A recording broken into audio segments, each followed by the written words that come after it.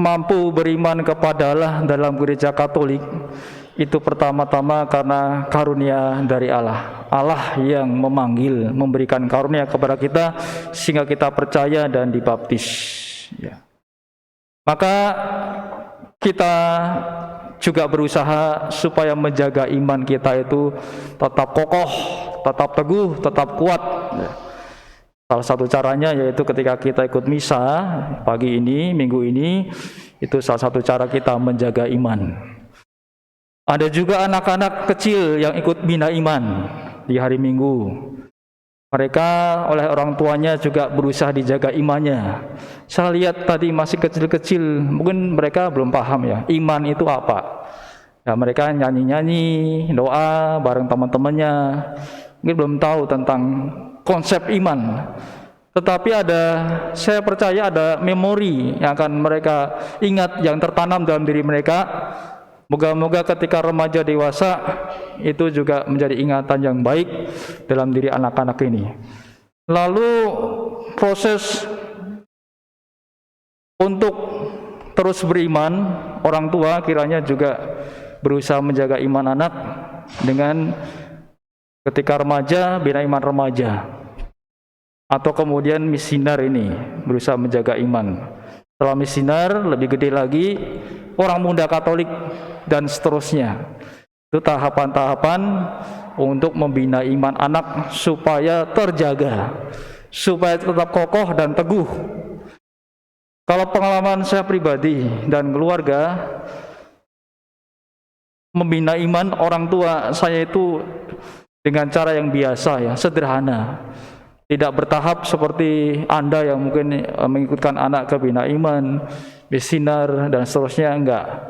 Saya cuma ingat ketika kecil itu diajak pergi ke gereja bareng dengan bapak dan ibu. Ketika Minggu itu naik motor karena enggak punya mobil. Motornya GL. GL itu kan tangki BBM-nya di depan ya. Nah, maka saya duduk paling depan, ayah yang nyetir, tengah itu kakak saya, belakang ibu. Nah, ke gereja, di Jogja itu gerejanya di Kidologi, ya. Pernah ke Kidologi nggak? Kidologi itu di dekat Malioboro, di dekat perempatan titik nol itu, atau Istana Jogja segitu. Kalau nggak ke Kidologi, ke Bintaran. Ya. Bintaran itu juga dekat dengan Kidologi, itu bersejarah juga. Sugio Pranoto dulu juga pernah ke Bintaran di situ. Nah itu jaraknya 1 kilo, dekat. Nah itu saya ingat waktu kecil selalu diajak untuk misa bersama bapak dan ibu dengan kakak. Naik motor. Setelah misa makan soto Pak Marto, ya, di Taman Sari. Ya. Sekarang masih ada. Sudah 40 tahun lebih masih ada itu. Cabangnya banyak ya. Nanti kalau ke Jogja coba soto Pak Marto. Soto sapi, enak itu. Nah, itu ingatan yang sederhana biasa dibentuk oleh orang tua saya. Mungkin orang tua saya sadar atau enggak sadar membentuk iman saya seperti itu. Nah, itu seperti itu. Kalau bersama orang tua, tapi kemudian setelah SD remaja mampu ke gereja sendiri ya sendiri ke gereja sendiri. Waktu sudah SMP, SMA, kuliah, ke gereja sendiri ya kebanyakan sendiri.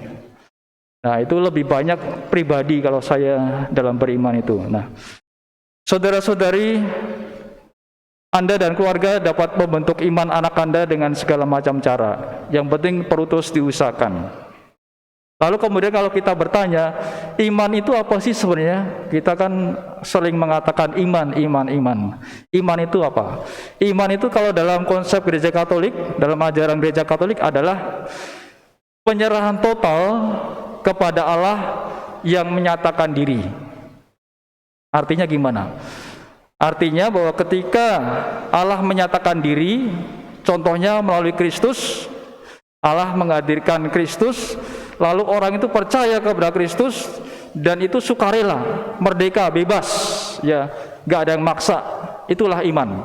Nah, maka kalau kita beriman kepada Kristus, sesungguhnya kalau kita menghayati ya kita mau menyerahkan diri seutuhnya kepada Kristus, ya, total. Dan itu sukarela.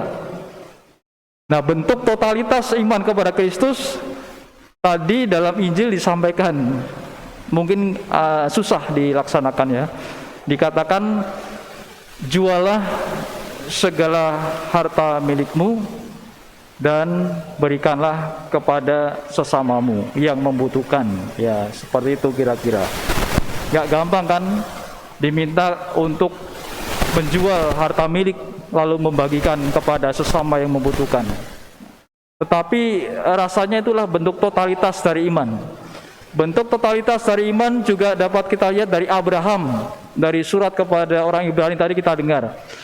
Abraham begitu percaya kepada Allah sehingga dia taat ketika Allah itu memerintahkan apa kepadanya. Disuruh pergi ke negeri yang dijanjikan Allah. Abraham nggak tahu negeri itu mana, buta dia. Tetapi dia jalan, taat kepada Allah. Dan ternyata ada karunia di situ.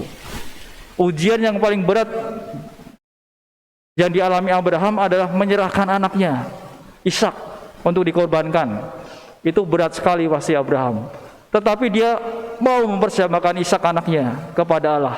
Karena dia tadi ada total percaya kepada Allah dan dia tulus sukarela menyerahkan Ishak anaknya kepada Allah. Tetapi nggak jadi dikorbankan. Karena itu sebagai bentuk ujian iman Abraham. Dan Allah memberikan karunia seterusnya kepada Abraham dan keluarga. Nah, kita mungkin dalam hidup juga mengalami ujian-ujian iman, ya, macam-macam pasti ujiannya. Silakan dicari sendiri-sendiri. Mungkin saya kasih contoh ujiannya, ada keluarga yang mengalami sakit, ya, sudah berobat, sudah berdoa, sudah novena, kok nggak sembuh-sembuh. Itu mungkin ujian iman.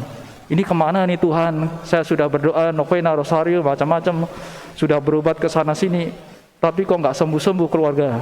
Nah, itu ujian iman. Bagaimana kita tetap total percaya kepada Allah, tulus hati, tetap beriman kepada Allah, atau kita kemudian menjadi tidak percaya dan ragu-ragu kepada Allah. Nah, itu menjadi perenungan kita masing-masing.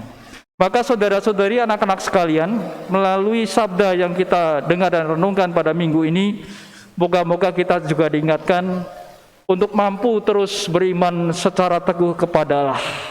Dan kita terus mohon kepada Roh Kudus agar iman kita juga terus dikuatkan, iman kita terus bertumbuh, sehingga kita dapat total percaya kepada Allah, kita dapat dengan tulus hati menyerahkan diri kepada Allah dengan sukarela, dengan hati yang bebas.